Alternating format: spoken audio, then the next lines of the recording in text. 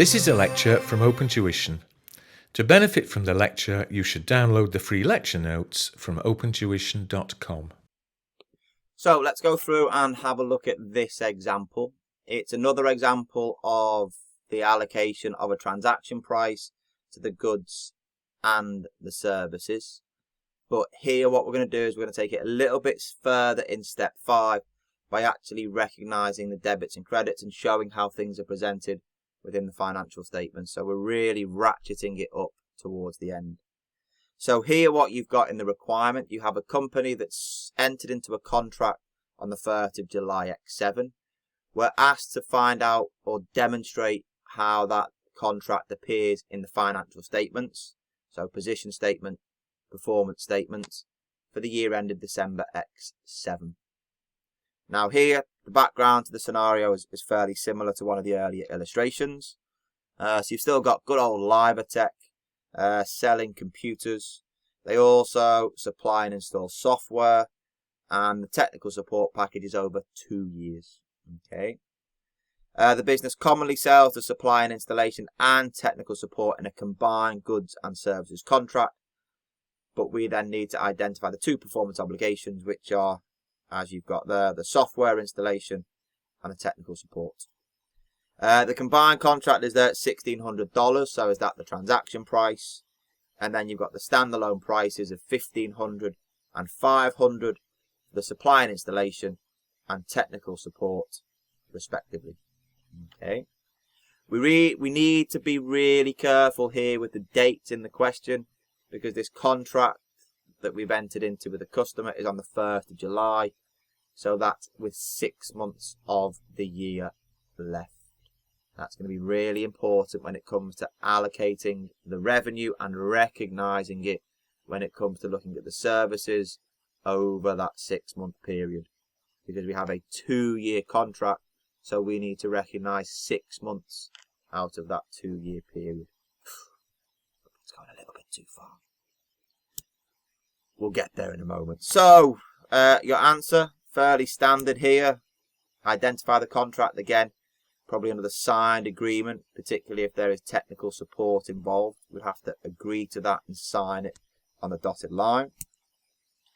You've then got to go through and identify the performance obligations. So we know that that's the installation service and the technical support. The transaction price is the combined price at $1,600. And then you need to allocate it based along the standalone prices. So for the supply and installation, that's $1,500. For the technical support, it's $500. So therefore, for the supply and installation, $1,500 out of the total 2,000 standalone prices gets allocated to the transaction price of $1,600. So is that 3/4, which is $12,000. And then the technical support, its standalone price is $500. $500 out of the total standalone price of $2,000 gets allocated to the $540. So is that there as $400. Now is where we need to pay particular attention to the dates. The installation is the sale of goods, so that is recognised on the date the installation happens. So here, assuming that the installation date and the date the contract is signed are the same, that's the 1st of July. So we're going to recognise $1,200 immediately. The technical support over the 2 years, that's the 1st of July, is it there to the 30th of June X9. That's the 2-year period. Our issue here is that the reporting date is December X7. So how does that impact us? Well, what we've got here is the statement of financial position, statement of profit or loss. In the profit or loss, we've got revenue, and in the statement of financial position, you'll see shortly that there are going to be some deferred income balances.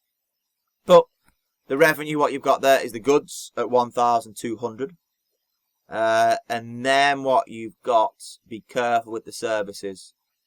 The total services that we've allocated are $400.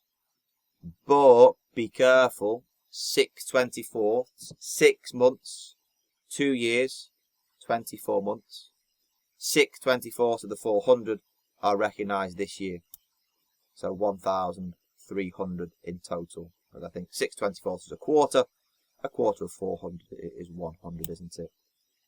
Now, in terms of the entries, this is where it all begins. That was hard enough looking at the revenue. You're going to debit the bank or debit the receivable, depending upon whether you receive the cash or are expecting to receive the cash. We've credited the revenue with the 1,300. So, what's the other entry that we need to make? It's a credit entry, isn't it? The credit entry is there for 300, and that's deferred income.